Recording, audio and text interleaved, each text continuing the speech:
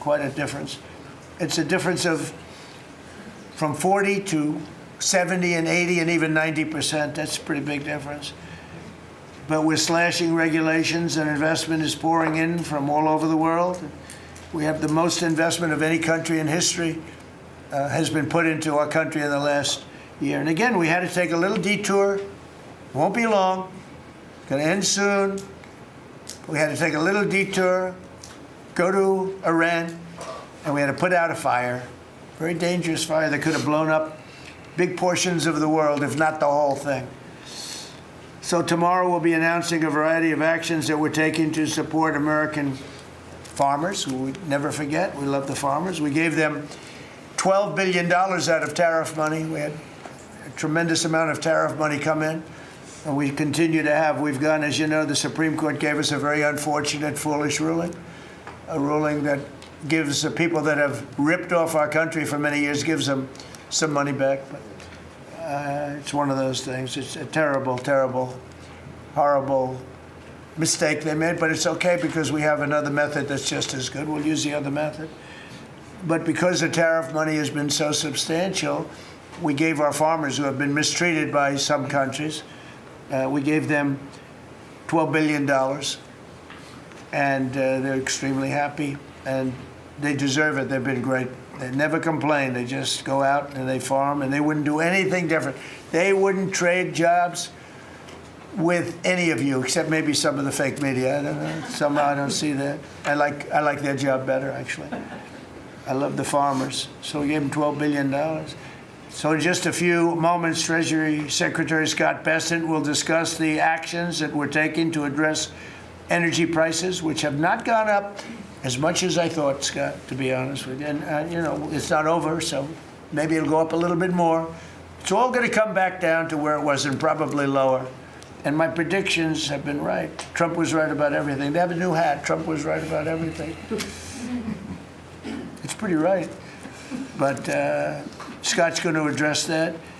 And I think before we go very much further, I want to ask Vice President J.D. Vance to say a few words about where we are with the situation. He's involved with Steve and with Jared on negotiations. And then some of the others will speak. We'll have Marco say a few words. Pete Hegseth, who was born for this role.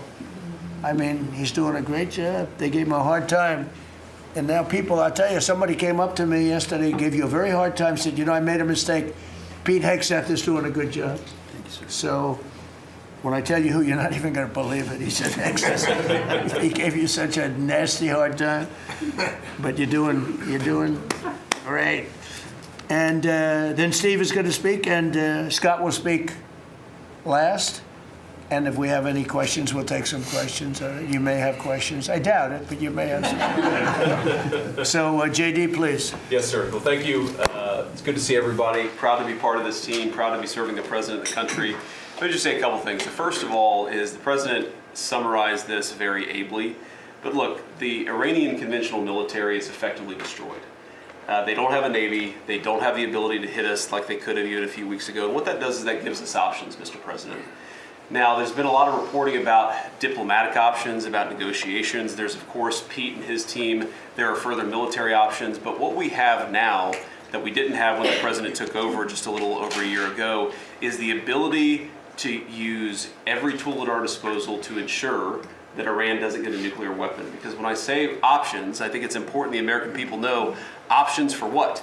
And it's options to ensure that Iran never has a nuclear weapon. You talk about people who walk into a crowded supermarket and have a vest on, and they blow up the vest and a couple of people get killed, and that's a terrible tragedy. What happens when what's on the vest is not something that can kill a couple of people, but can kill many, many tens of thousands of people? That is the most important American national security objective that exists for any administration at any time, is you don't want the worst people in the world to have a nuclear weapon. That's why the president is doing this. That's why the president cares so much about this particular issue. I'll let Steve talk a little bit about the details of the negotiation, but the last thing I'll say before I turn it over to Marco is I'm very mindful, of course, that we have a lot of folks overseas fighting very ably for the United States of America. I know Pete and the whole team, we're very proud of them, but they're fighting at a time where we are about to enter as Christians the most important week of the Christian calendar, the Holy Week that celebrates the return of Jesus Christ to Jerusalem. And so I want to say to all of my fellow American Christians, but particularly those serving in the Gulf,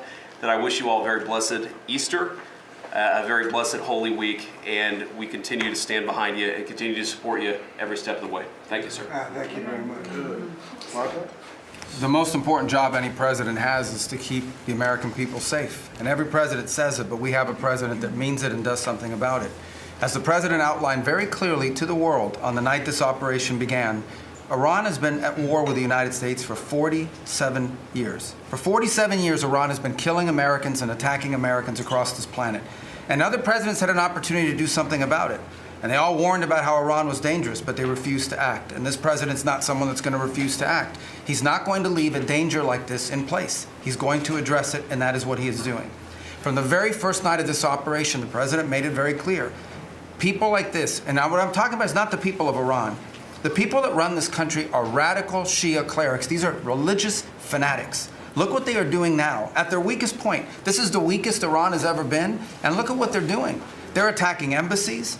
They're attacking hotels. Imagine what these people would do if they had a nuclear weapon. That is an unacceptable risk for the world. By the way, the president's not just doing a favor to the United States and to our people. This is for the world. He defined very clearly on the first night of this operation what the goal was. We were going to destroy Iran's Navy, and that is happening. We were going to, if it hasn't already happened, I'll let Pete speak to the specifics of it. We were going to destroy their missile launching capabilities. We're well on our way to achieving that goal. We were going to destroy the factories so they couldn't make more missiles and more drones. And that is moving forward. Every single objective the president clearly laid out on the first night of this operation is being effectuated. Again, Pete will speak to the specifics of it. This has been an incredibly successful operation. Every day, it may not get covered because, you know, we're unlike them. We're not bombing embassies and hotels. We're hitting military targets. But every day, the Department of War lets the drummer get wicked over every portion of Iran that has these military capabilities, and the results are going to bear fruit for the world. The world is going to be a safer and a better place when President Trump's mission here is achieved. And frankly, I think countries around the world, even those that are out there complaining about this a little bit, should actually be grateful that the United States has a president that's willing to confront a threat like this and not allow it to continue to persist. Because these people will kill as many Americans as they have a chance to do, and if they have a nuclear weapon, as the Vice President pointed out, they could kill millions of Americans in the future, and that is a risk that was not going to continue to exist as long as we had this president. Thank you, Marco. You know, it's very interesting because yesterday I was watching, is it Anthony Blinken? And he was saying that they should have done it. But they didn't do it. Nobody did it. Nobody did it. For 47 years, Marco, that's the number, 47. I guess now it's 48, because we've been saying 47 for a long time. It's probably 48. But for 47, 48 years, every president should have done this. And some are saying now that they made a big mistake in not doing it, but we're taking care of business. Steve Witkoff, please. Mr. President, it is my distinct honor to be a member of your cabinet and to report to you and your team on our negotiations with Iran. Mr. President, you directed Jared and I to pursue a diplomatic resolution with Iran prior to Operation Epic Fury, which we did.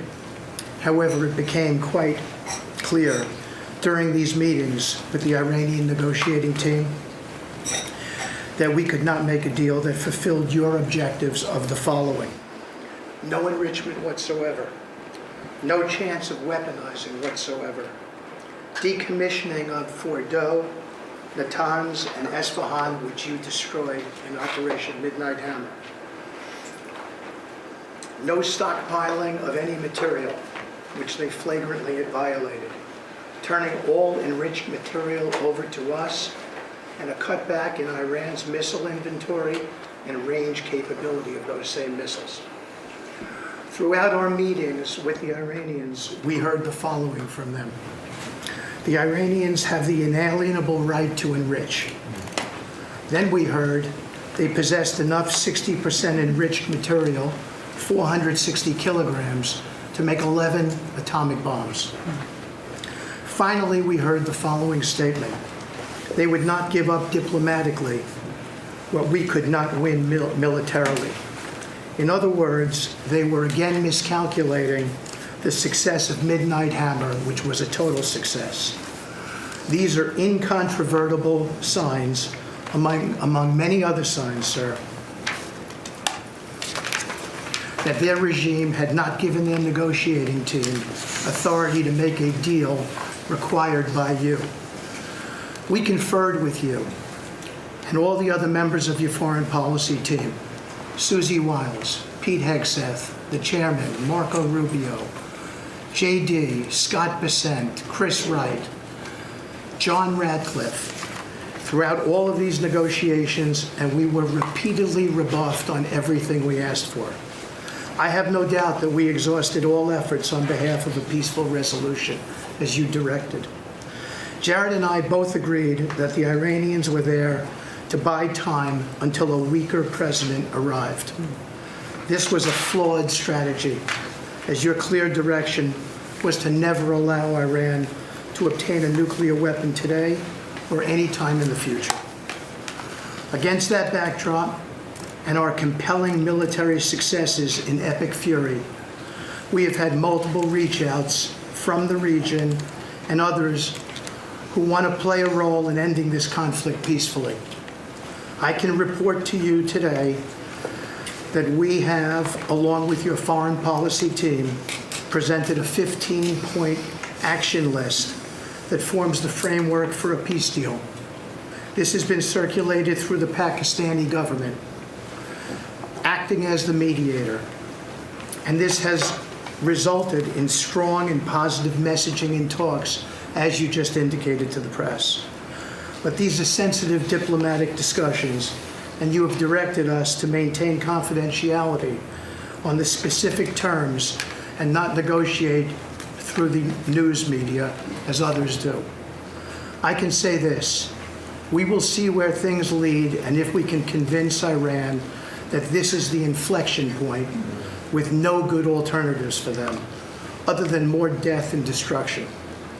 We have strong signs that this is a possibility, and if a deal happens, it will be great for the country of Iran, for the entire region, and the world at large.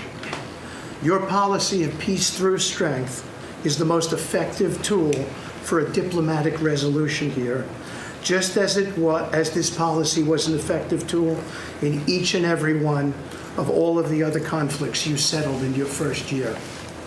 Iran is looking for an off-ramp following your powerful threat on Saturday. Your indications that you are willing to listen to peace proposals have been well received.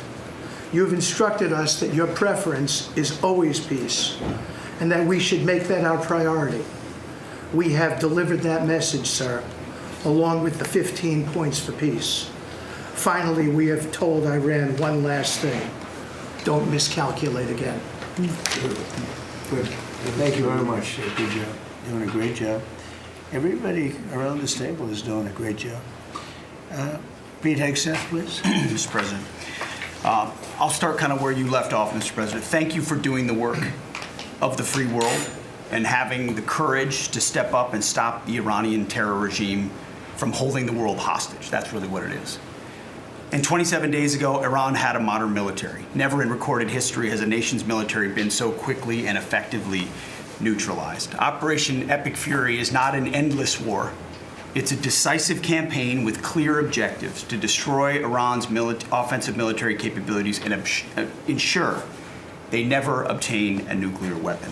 This is stuff for the history books. This is stuff for legacy. Mr. President, you are acting now to ensure future generations do not have to live under the threat of a nuclear-armed Iran. However, you wouldn't know it if you listened to the dishonest hate Trump media, as you referenced. The folks here in the room, these cameras, they have a choice. You're either informing the American people of the truth or you're not. Because I hear it from my people every day. Behind every headline you write, there's a helicopter crew in the air. And behind every news banner you write, there's a battalion on the move. And behind every fake news story, there's an F-35 pilot executing a dangerous mission. My message to the media is get it right. This actually isn't something new to me. I may be a young guy, Mr. President, but I'm not a rookie in this realm. In 2007, I helped lead the surge, the public fight for the Iraq surge. Stood and watched people stand in the Senate and declare the war is lost before it even started. Who was that? It was Harry Reid. That was the Democrats and the media working hand in glove. Back then, it was 3 years into a war. Now we're 3 weeks into an operation. But see, unlike Iraq, this isn't a tie. This is not parity. This is not chaos. This is success, pure American success, on plan, and as the president said, ahead of pace. Over 10,000 enemy targets destroyed, over 140, I think now you're right, Mr. President, over 150 naval vessels sunk, underground facilities destroyed, their defense industrial base in shambles, and overnight, not only do they not have a Navy, Mr. President, they no longer have a Navy commander. IRGC's Navy commander was killed overnight in operation. So no Navy leader. Now that here's the thing about the media though, if President Trump had not acted, you'd be screaming, why not? And now that he has taken decisive action, you're asking, well, why did you? It's the same old tired playbook, TDS in your DNA. But the hardworking, God-fearing, patriotic Americans out there know better. And you alluded to this, President Obama, Mr. President. Here's a fact that you don't hear on your networks, but we know. Many of the Iranian military factories and bases that we're systematically destroying were paid for by the pallets of American cash that Barack Obama flew into Tehran under the Iran deal. You might call it an inconvenient truth. Iran took our money and turned it into weapons and bunkers and ammo. And now we're destroying those weapons, and you're writing, Mr. President, that grievous wrong. And make no mistake, we had to act. And our objectives are clear. No nukes, no Navy, and a complete dismantling of their missile program and defense industrial base. And as Marco pointed out, that mission, and the VP as well, has not changed since day one. Yet, 2 days ago, they shot 2 failed missiles on a target 4,000 kilometers away.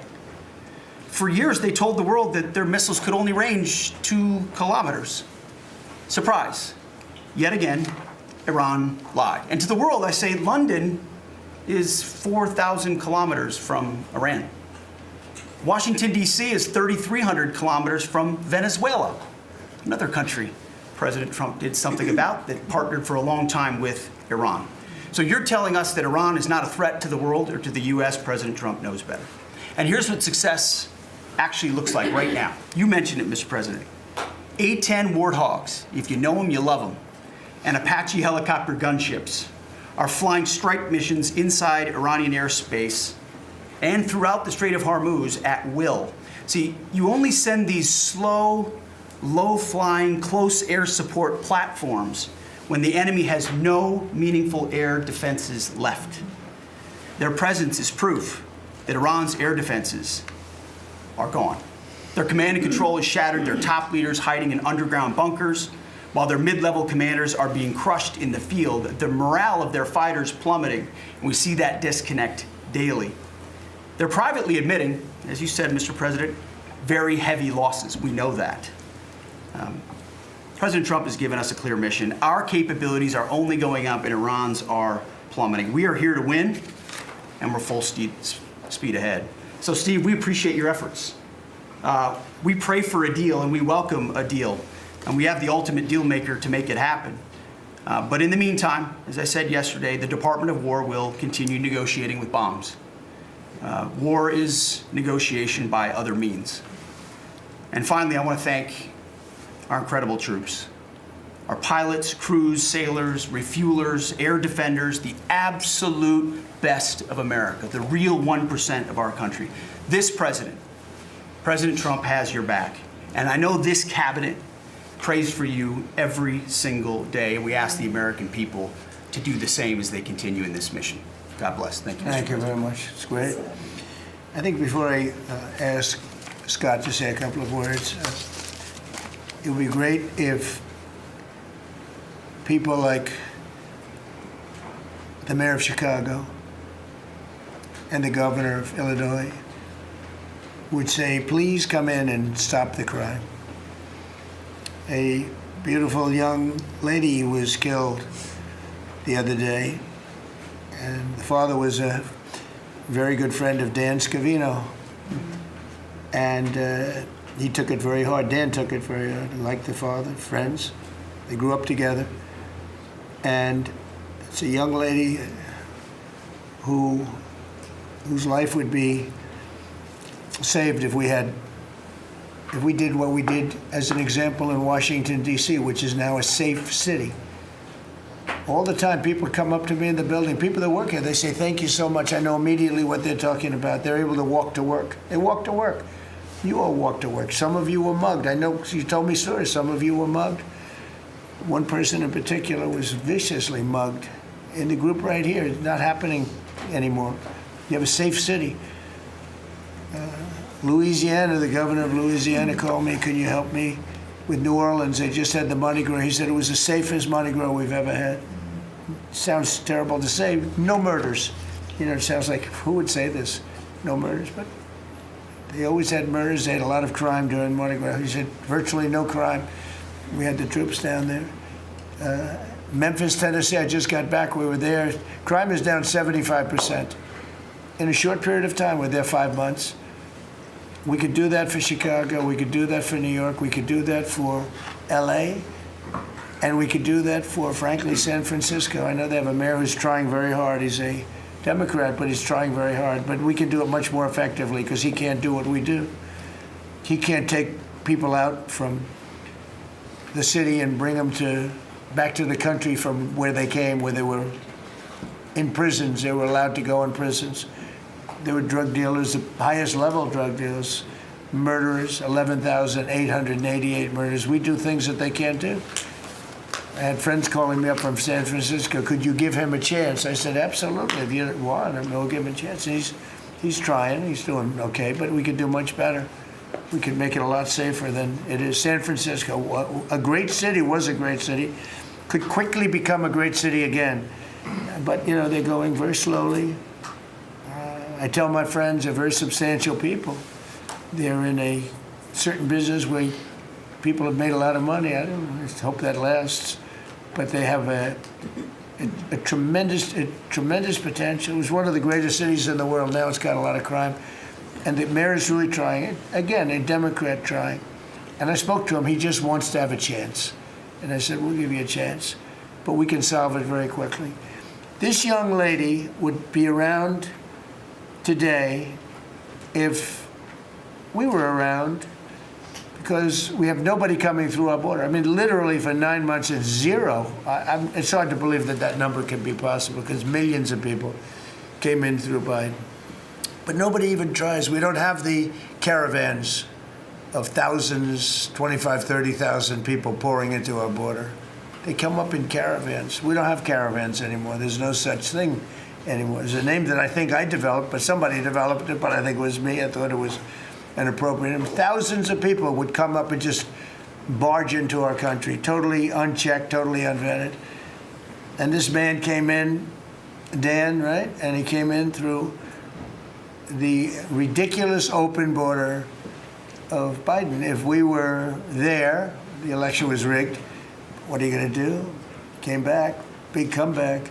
But if we were there, we wouldn't have had people coming through. It's amazing. You know, it's so easy now because everyone knows they're not getting through. We don't have any caravans. Once they know that, when it was easy to come through. When I heard that they had an open border policy, I said, boy, this is going to be, I couldn't believe it. But when it was actually, you know, it dawned on me because I had built 1,000 miles of wall and we were finishing up some and he didn't want to finish it up. I said, they really do want to have an open border.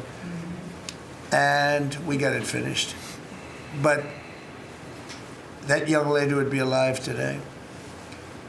And she'd be alive for another reason, because we would have the National Guard in Chicago and in New York and in other places. And they love doing it. It's like training, to be honest. It's actually training. I never want to take them out of D.C. I mean, maybe somebody later on will do it, but I never want to take. You know, the people, they look, they say, we feel so good, we feel so safe. We see these beautiful, strong people. And they're so nice. They help. They open the doors for people. They carry bags. They pick up paper when they see paper on the ground.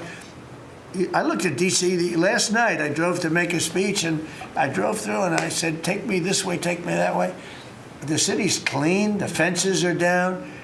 You don't have homeless all over your parks. I mean, we had parks. There was no room for anything else other than homeless. It's all clean and nice. And it'll be even more beautiful in a year from now.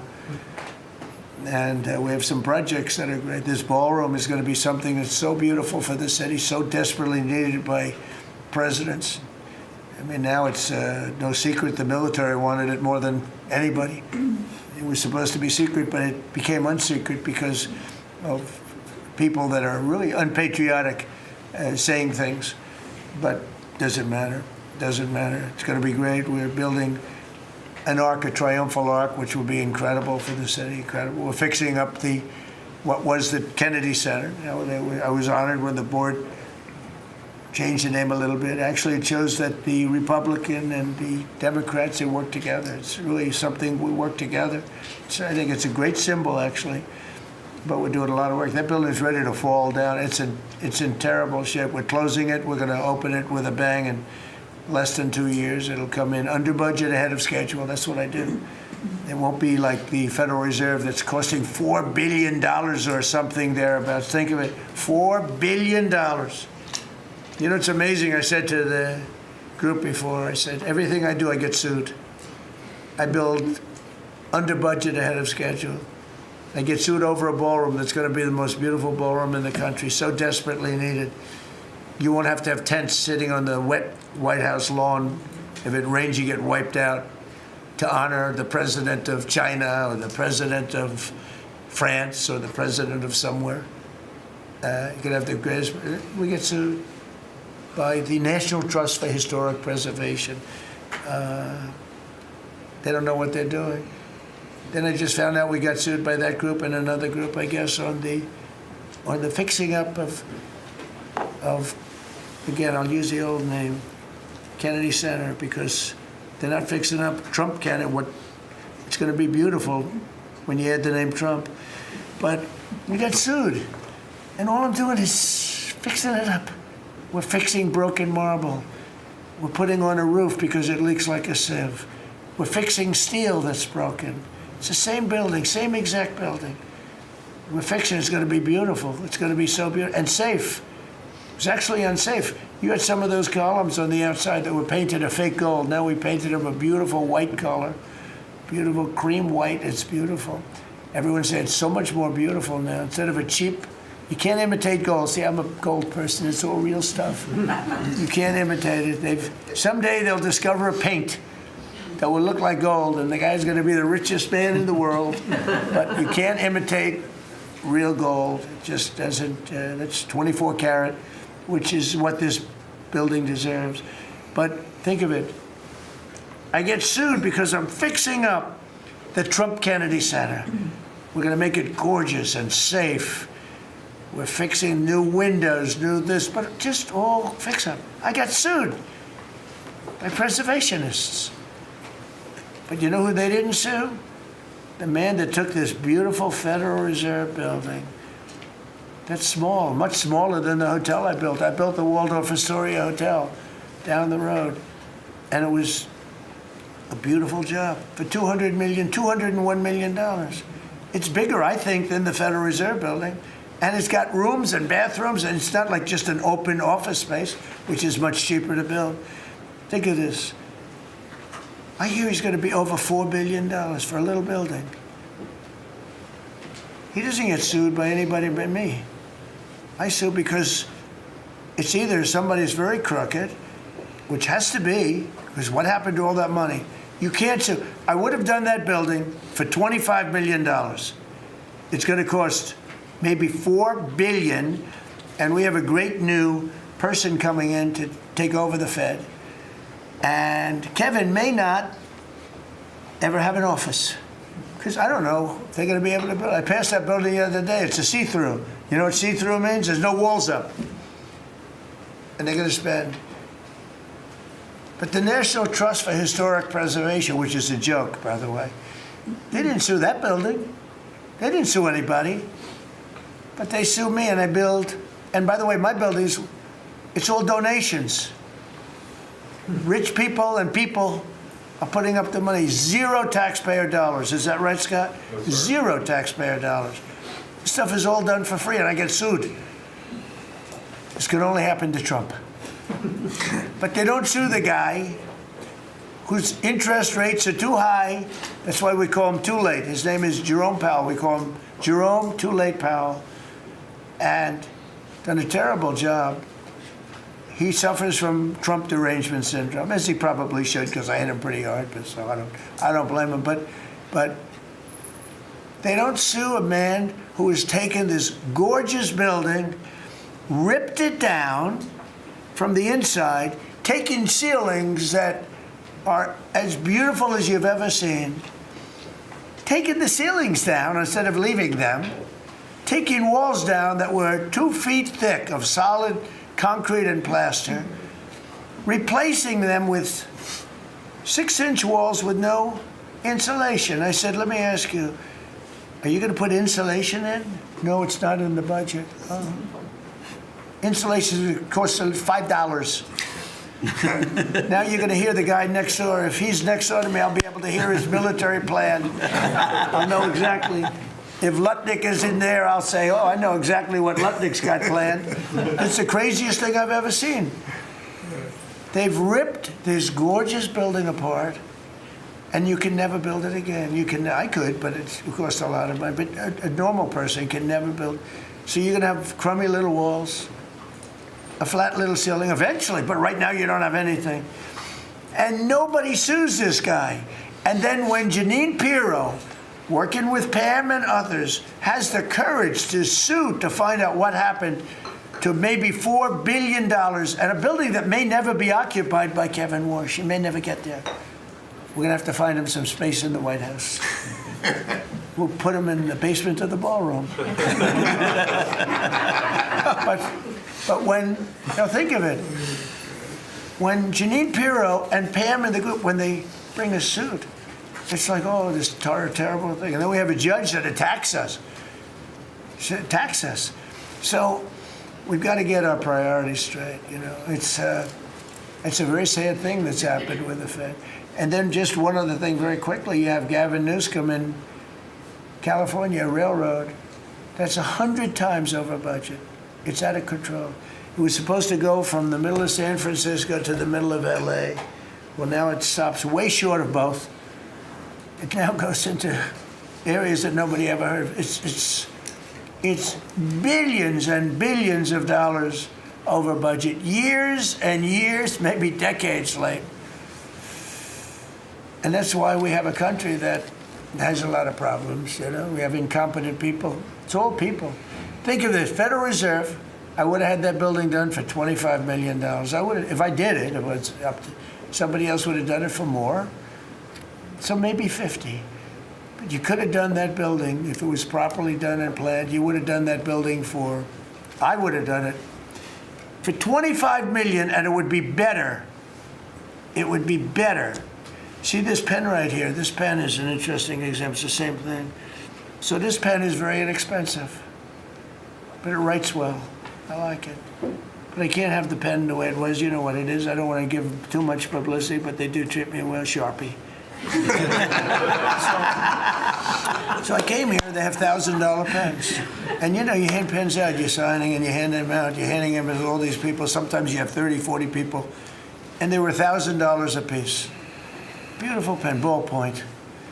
1,000, it was gold, silver, gorgeous. But I'm handing out to kids that don't even know what they're doing. What is this, Mommy? It's kids. They're getting a pen for $1,000. They have no idea what it is. And I feel guilty because I'm like, you know, I'm by nature, I don't, you know, it's the government. I love the government like I love myself economically. I want to save money. So I'm saying, this is crazy. And it had another problem. They didn't write well. So I take it out and I saw it and there's no ink.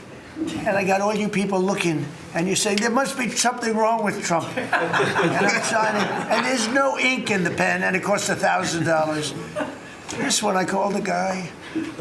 I said, I'd like to use your pen, but I can't have a gray thing with a big S on it saying Sharpie, as I'm signing a $1 trillion airplane contract to buy brand new fighter jets, brand new B-2 bombers, of which we just ordered plenty. I can't do that with the press. Use your pen, but I like the pen the best, but I'll sign it. I could do like Biden did, you know? Give it to somebody else to sign, or an auto pen, or maybe sign it separately in another room, but I can't use your pen.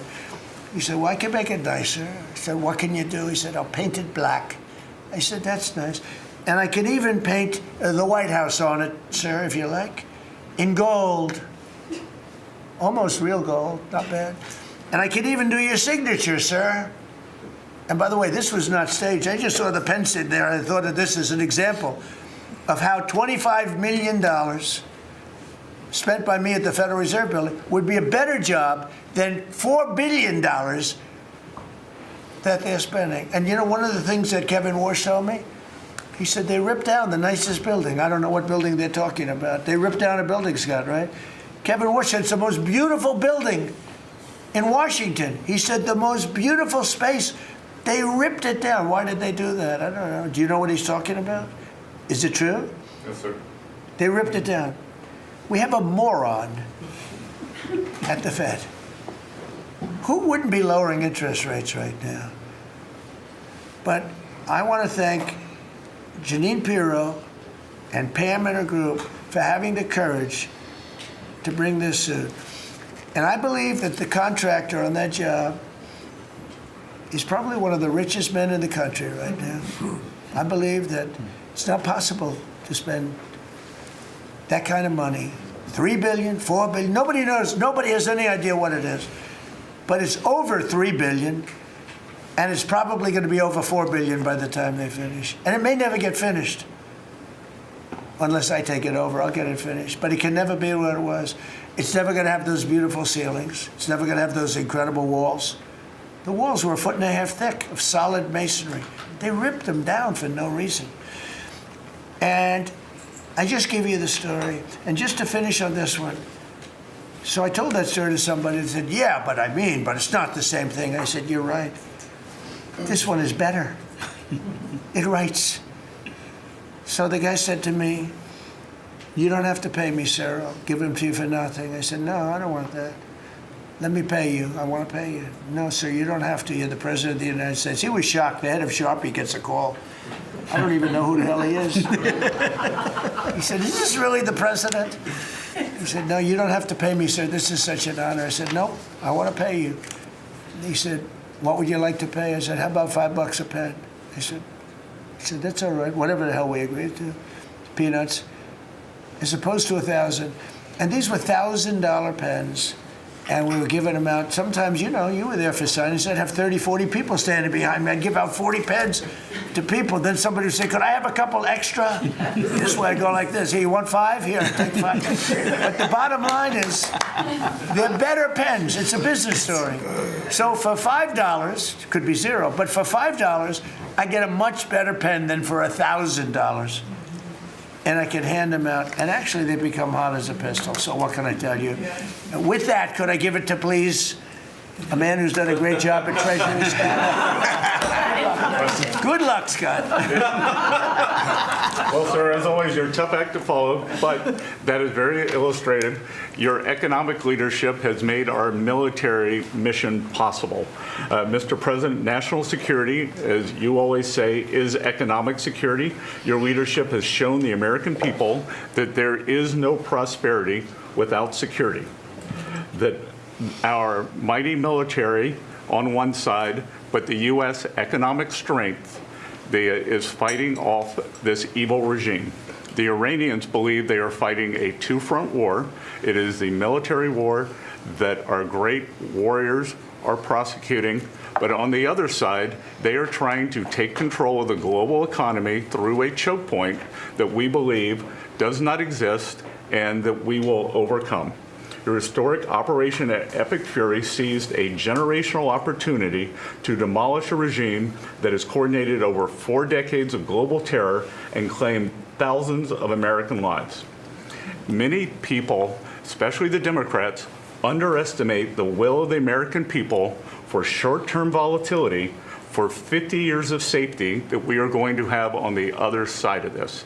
And I believe energy prices will be lower, inflation will be lower before we had the appearance of security, which is not real security. Now, the American people and the world will have absolute security. Through your maximum pressure campaign, Treasury has worked to uncover all financial lifelines through the regime and cut them off. You gave that order last March. This was not something that happened overnight. This is something that has been contemplated for almost a year. The Iranian financial system collapsed in December. We have systematically weakened Iran's ability to fund operations and procure weapons, and that required months of preparations. Threats to American national security have no place in the global economic system. The oil market is well supplied. We have taken actions to ensure oil supplies stranded at sea are made available to the global market. Your bold actions like the Development Finance Corporation's Maritime Reinsurance Program in conjunction with Central Command will soon provide shippers through the Gulf region with a level of security we had never seen before. Mr. President, we are starting to see more and more movement in and out of the Gulf today, and this is more than yesterday, and this is the beginning. I am confident that shipping traffic will continue to increase on a daily basis even before we secure the straits. Turning to the home front, the U.S. economy remains strong. We had a strong economy thanks to you. We are the best insulated in the world thanks to your energy efforts in term 1 and term 2. The U.S. is an energy superpower.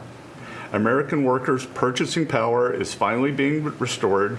The latest figures indicate robust real compensation increases. We are starting to see the working family tax cuts benefits bearing fruit this tax season.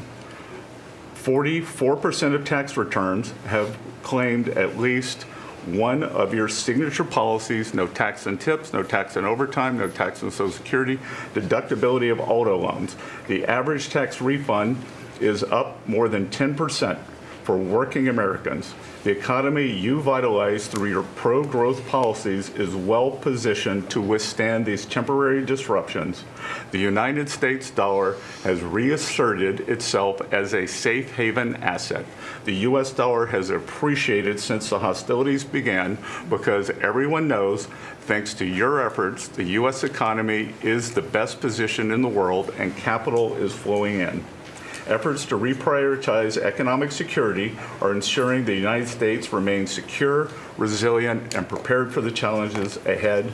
As we approach the 250th anniversary, America will never be safer and more secure militarily and economically. Thank you. I just want to ask you a question. Is this guy central casting? I'm looking at him. I'm in Treasury. He might not be so good for war. I don't know. Pretty good. No, I'm looking pretty good too. I'm looking at this guy. He's central casting. Even the glasses are perfect. Where do you get those glasses? I think I'm going to get glasses. That's beautiful. Great job. That's really good. No, he's done a great job, and you all have. Proud of you all. Do you have any questions? Yes. Mr. President, are you going to go in for the uranium? Like, how do you secure Iran and... Let's assume I was or I wasn't. Why would I ever answer a question? Can you accomplish your What goals kind of a without question? Am I going to go in for the... Oh, yeah, I'm going in. We're going in tomorrow at 3 o'clock. How could you possibly ask a question like that and expect an answer? I don't know. But I don't know. I think you're a friendly person, too. It's just such a ridiculous question. Mr. President, Please. Thank you, Mr. President. There's been a report that potentially the U.S. is looking at diverting some munitions, air defenses that were meant for Ukraine to the Middle East. Is there any accuracy to that? Is that something you're considering? Well, I'd have to ask me, but we do that all the time. You know, we have tremendous amounts of ammunition. We have them in other countries, like in Germany and all over Europe. We have, you know, we're packed. And sometimes we take from one and we use for another. We helped Ukraine. Biden started, and he gave $350 billion away, too much, way too much. And we sell it now to NATO. We sell it to NATO, and they probably give it to Ukraine, mostly, I think. They give it to Ukraine, but we get paid for everything that we give. We don't give anything anymore. It's a tough situation, that whole Ukraine situation, very, very tough. We're working very hard on getting that one solved. It doesn't have any impact on us, virtually nothing. In fact, if anything, I mean, we sell a lot of equipment for that unfortunate war. 25,000 people died last month, 25,000, mostly soldiers. Some in the towns, but for the most part, soldiers. They're dying. Nobody's seen anything like it since World War II. It's a terrible situation, and hopefully that's going to get settled. You know, I settled 8 wars, and many of them I think were more difficult than this one. In theory, they were more difficult, but there's tremendous hatred between President Putin and President Zelensky. Tremendous hatred. I've seen it before, but I've never seen it maybe to this extent. And I think that's calming down a little bit, and I think we have a chance of getting it done. But it doesn't affect us thousands of miles away. That's why when I heard the head of Germany say, this is not our war about Iran, I said, well, Ukraine's not our war. We helped, but Ukraine's not our war. I thought it was a very inappropriate statement to make, but he made it. You can't erase it. But he felt that way. I said, well, you know, Ukraine's not our war. And it's not, but I would like to see all those young people stop being killed. I mean, they're being killed. It's like a slaughterhouse. What's happening there is horrible. 25,000 on average. Last 2 months ago, it was 31,000 people died in 1 month, Marco, right? I said, it's getting crazy. It's getting worse. Think of it, 31,000 soldiers, both Russian and Ukraine, died 2 months ago, 25,000 last month. And if I can solve that, it would be a great honor to do it. I wish it could have gone faster. I solved other ones in 1 day that had been going for 32 years. We stopped one that was starting. It was already started. India and Pakistan, and the Prime Minister of Pakistan, a very fine gentleman, said President Trump solved something that was going to cost 10 million lives. That was going to cost a lot of lives, 2 nuclear nations. And those were complicated, but we got them done quickly. This one is, it's a shame. And the only reason I'm doing it, frankly, is because I want to stop death. I want to stop the death from happening. I think I'm going to go with a man that I've missed, Brian. I haven't seen you in a long time. I miss you. He's been in a very strange location. I don't know. He's had a strange thing happen. But anyway, go ahead, Brian. Well, good to see you too. Actually, good to see the entire cabinet here. Good to see you too. You talked about gas prices coming down. Yeah. Obviously, they will. But would you ever consider suspending the federal gas tax in order to kind of temporarily alleviate some? Well, some people should do that. As an example, in California, every time prices go down, his prices go up because the gas tax is bigger than the tax itself, bigger than the product itself. It hasn't. I mean, we've thought about it, I guess, but honestly, when I did this, I knew it was going to be a little bit. We had the greatest economy ever. We had the greatest stock market in history. I said, we're going to take a little bit of a hit, a short-term hit. It's going to end up going much higher than it was, in my opinion. I said we're going to have a great stock market. Nobody thought we could get to 50,000 or 7,000 in the respective indices. Nobody thought that was going to happen, but it did in the first year. They said it couldn't happen in 4 years, that you wouldn't hit 50 in 4 years, but you could maybe get close. We hit it in the first year. And I said, this is a good time to solve a problem that you had to solve. And that's what I did. But the gas tax, people have talked about it. It's something we have in our pocket if we think it's necessary. And if I can follow real quickly, you just recently took off, Secretary Duffy, 17,000 truckers off the road that quite frankly could not speak English, which is a safety issue. Yeah. Could we ever extend that to Uber drivers, Lyft drivers, cab drivers? for someone who takes a lot of Ubers, a lot of my drivers can't speak Oh, well, that's not good. I didn't like that. Go ahead, John. So that's a really good point. The problem is that our states are the ones that issue these licenses. So with commercial driver's licenses, we do have some federal control. But again, we have thousands of people who can't speak the language, long-standing rule, and it's a safety issue, right? If you can't understand road signs, if you can't communicate with law enforcement when you're pulled over and communicate what's on your rig, huge problem. But the last administration, Mr. President, they let truck driving schools self-certify that they were qualified to train truck drivers. And so this is like the Leering Center. So you pay $800 and you get a certificate that you passed a CDL driving school, and again, they have no skills. They don't have the knowledge, and they don't have the skills. They haven't gone through any of the testing. And then they get licenses, and they're killing Americans on our roads.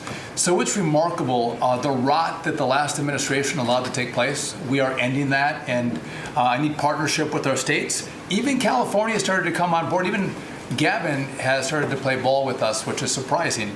Not all the way, a little bit of ball. Mr. President, yes. You know, it's interesting because I just saw something that the nursing home business and the daycare centers in particular, they went out and inspected them in Minnesota, and they didn't exist. They're knocking on the door. He happens to be a young man, Nick, nice young man. He's done a very good job. They're knocking on doors. It's like homes, and they're getting hundreds of thousands of that. They didn't exist, and in California it's worse. It's even worse. And I spoke with Russell Vogt. I said, Russell, don't send them any money. He said, but we have a court order that we have to. Can you believe it? A judge. The judges are really hurting this country. Our judges, Justice Roberts doesn't like when I say it, but the judges are really hurting this country. And frankly, the justices, the Supreme Court, has really hurt our country too. Mr. President, do you have a new deadline, given that there are some talks now? Do you have a new deadline before taking? No, I'll announce it. I mean, right now, you're talking about a deadline for doing some pretty big damage, even bigger than we've done. We'll see. Look, we have very substantial talks going on with respect to Iran, with the right people. You know, I told you about a present, right? Steve, can I reveal the present? You can do anything you want. Thank you. They said to show you the fact that we're real and solid and we're there, we're going to let you have 8 boats of oil, 8 boats, 8 big boats of oil. This was 2 days ago. And they'll sail up tomorrow. That was 3 days ago. And I didn't think much about it. And then I watched the news, and they said, a very good anchor, actually, happened to be Fox. But I watched it, and he said, something's unusual happening. There are 8 boats that are going right up the middle of the Hormuz Strait. 8 big tankers are going loaded up with oil right through. And I said, well, I guess they were right, and they were real. And I think they were Pakistani flagged. Yes. And I said, well, I guess we're dealing with the right people. And actually, they then apologized for something they said, and they said, we're going to send 2 more boats. And it ended up being 10 boats. All right, I hope I haven't screwed up your negotiations, but I thought it was appropriate to say, because I did taunt you the other day by saying they're going to give us a present. There were 2 illegal immigrants who were arrested at San Francisco airport for ignoring deportation orders. At the same time, as you highlighted, really great reception from American travelers for ICE agents. Is there a PR aspect of this that can allow future deportations to go on with less protesting, less outrage? Yeah, it's amazing, because by putting ICE there, look, the press was very unfair to ICE. So was everyone else. These are great American patriots. They have a tough job. They have to find murderers and take them out of our country. I wouldn't want to do it. You wouldn't want to do it. Most people wouldn't want to do it. They do it. And, 11,888 murderers. And that's murderers. That's not drug dealers. That's not lots of other things. It's not people from mental institutions. Entire jail populations were released from major countries and let into our country through the open border. And ICE has done an amazing job. I wouldn't want that job. It's a tough job, dangerous job. So what happens is, by putting them at the airport, and I just say, do me a favor, take off your masks. And they did. For that, not for when they're looking for some, cold-blooded killers and they're in the, but for that. And they did. They took them off. And the passengers, I see the interviews of people, they're saying, these are nice people. One person said, he's a very strong man, but he's a nice guy. He grabbed my bag. He helped a woman with a bag that she couldn't lift. And I'll tell you, I don't want to use the word rehab because there was nothing to rehab, but rehab from the press, because the press is so tough on them. And these crooks in Minnesota, these crooked politicians and dirty cops, they're dirty cops, they're dirty politicians. Waltz is a dirty, crooked politician. The Attorney General is a crooked guy. He's no investigations, and I hope JD's going to do a great job. He's in charge of it now with somebody who's very talented. But I think it's easy stuff. They say $19 billion, think of it, is missing. $19 billion. If we would solve half of the fraud problem, Pam, in this country, we would have more than a balanced budget. We'd have a surplus. And in the case of Minnesota, it's very Somalia-oriented. Think of it. These people come from a crooked country, disgusting country, one of the worst countries in the world. Acknowledged to be one of the worst countries in the world. Some people say it's the worst. They have no money, they have nothing. They come to our country, low IQs, and they rob us blind. Stupid people. And they rob us blind because we have crooked politicians and we have dirty cops. The Attorney General is a dirty cop. It's my opinion. It's only my opinion. And something should be done about him. Let's see what kind of job he Mr. can President, do. yesterday you said that you hate mail-in ballots. Excuse me? Should Iran be able to charge a toll for the Strait of Hormuz? They're charging some vessels to go through. Oh, yeah. Well, should they be able to? I mean, they shouldn't be able to, but they're doing it a little bit. I don't know. Look, their capability is a lot less than it was 2 weeks ago. And with every week and every day, frankly, it gets less and less. All I can tell you is they're begging to make a deal. So let's see what happens. We may make a deal. Tell me about mail-in ballots. Go ahead. You mean I used a mail-in ballot? You probably said, yeah, I did. Why did you You know use what? that? Is Because it I'm reliance? President of the United States, and because of the fact that I'm President of the United States, I did a mail-in ballot for elections that took place in Florida, because I felt I should be here instead of being in the beautiful sunshine But you taking. were in Palm Beach, sir, the last few weekends. That's right, and I Would you have gone in I person? decided that I was going to vote by mail-in ballot because I couldn't be there, because I had a lot of different things. But we have exceptions for mail-in ballots. You do know that, right? So if you're away, we have an exception. If you're in the military, we have an exception.